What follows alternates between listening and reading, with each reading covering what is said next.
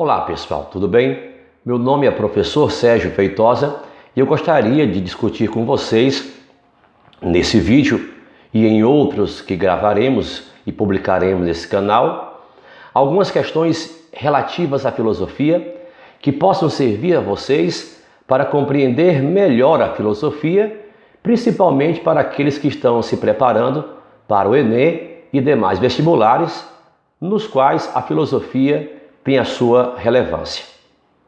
Pessoal, nessa primeira videoaula, queremos discutir com vocês o que é a filosofia, onde e por que surgiu a filosofia e as suas características mais marcantes. Ok? Filosofia é essa busca pelo conhecimento, expressão que vem do grego. Filosofia quer dizer amor à sabedoria. Philos, Sofia. E a filosofia tem como berço a civilização grega, por volta do século VI a.C.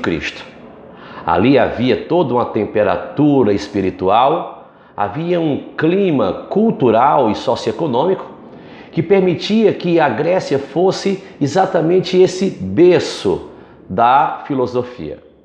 Diferentemente de quaisquer outras civilizações, principalmente as orientais, que tanto influenciaram a civilização grega, mas a Grécia, pessoal, reúne as condições essenciais que fazem dela o berço particular e especial da filosofia.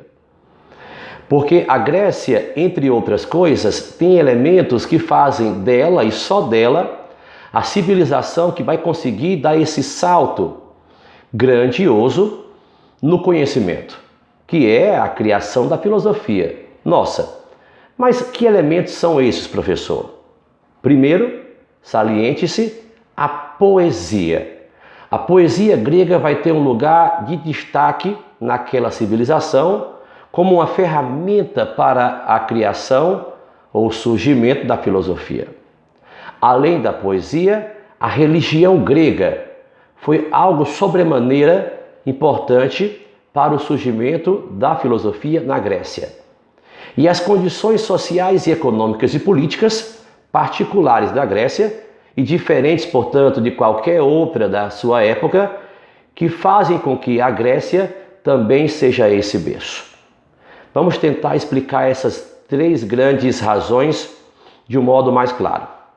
A poesia grega trazia, através de poetas como Homero e Hesíodo, a busca pelas causas e consequências dos fenômenos. Lembram-se de A Ilíada e a Odisseia? Através delas, o poeta busca entender as causas e as consequências da Guerra de Troia. Gente, isso é uma característica típica da filosofia. Buscar causas, buscar consequências. Hesíodo também, através de Teogonias, busca entender como surgiu a natureza, tudo bem que de uma forma mítica, cosmogônica, mas os primeiros filósofos, chamados pré-socráticos, também tinham essa preocupação naturalista. Olha que semelhança grande existe entre os primeiros filósofos e a obra de Hesíodo, essa busca de entender a natureza, a physis. E os poetas líricos gregos, poetas gnômicos, eles buscam atribuir na sua obra ou nas suas obras a justa medida que tanto caracterizou a filosofia grega. Nem demasiadamente muito, nem demasiadamente pouco, mas um equilíbrio. Então, esses elementos todos da poesia grega fazem dela um suporte muito grande, uma alavanca importantíssima para que a filosofia surja entre os gregos. E falamos, além da poesia, a religião. Por que a religião grega, pessoal, foi tão importante assim como um suporte para a filosofia? Primeiramente, a religião grega tinha um aspecto público, mas também tinha um aspecto de mistérios. Enquanto religião pública, os gregos manifestavam crenças em vários deuses. Deuses que se manifestam através de raios, trovões, através das ondas do mar, através do sol. E isso tudo ilustrava a concepção grega de liberdade, de justiça, porque os elementos naturais, a religião grega, associava às aspirações dos gregos. É como se a religião pública dos gregos expressasse os desejos, as angústias dos gregos. A propósito, os deuses gregos têm formas e semelhanças humanas. Os deuses gregos, eles são próximos dos humanos.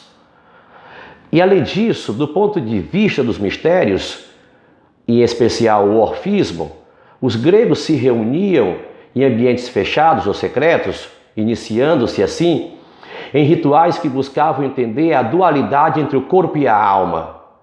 Para os gregos há um conflito, na religião grega há um conflito entre o corpo e a alma. Gente, isso vai ser essencial para os pitagóricos, para o pensamento de Heráclito e principalmente Platão. Já pensou o pensamento de Platão sem essa relação entre corpo e alma? Não existe. Então essa religião grega, pessoal, não tem dogmas e oferece uma profunda liberdade para que os gregos possam pensar. E isso é uma característica essencialmente importante para a filosofia. E as questões sociais e econômicas e políticas que a Grécia, no final do século VII até o século VI a.C., também representam um elemento importantíssimo para que a filosofia possa surgir na Grécia. Gente, olha só, é nesse período que vão surgir as cidades-estados, as polei. Cada cidade-estado dessa, cada polis dessa, tem a característica de abraçar os seus habitantes, e em particular os cidadãos, que começam a projetar nessas cidades uma espécie de extensão da sua concepção ética. O cidadão grego começa a entender que a felicidade da cidade depende da sua felicidade. Existe uma relação muito íntima entre o pensamento político de cada cidadão grego e o da sua cidade. Então, isso vai ser de alguma forma uma ferramenta importante para que a autoafirmação de cada cidadão desses lhes dê a liberdade e a coragem para discutirem em praças, nas ágoras, as questões políticas mais importantes, e nesses debates floresciam, obviamente, que ideias. É nesse ambiente de debates, reflexões, discussões, que vai surgir a filosofia. Além disso, pessoal, é nesse mesmo contexto que a população grega vai crescendo e buscando cada vez mais espaço fora da Grécia, em cidades ou ilhas fora da Grécia, no intercâmbio cultural cada vez maior com outras cidades gregas, que a filosofia vai surgir. Lembrem-se que a filosofia surge especificamente nessas ilhas gregas, Mileto, Éfeso.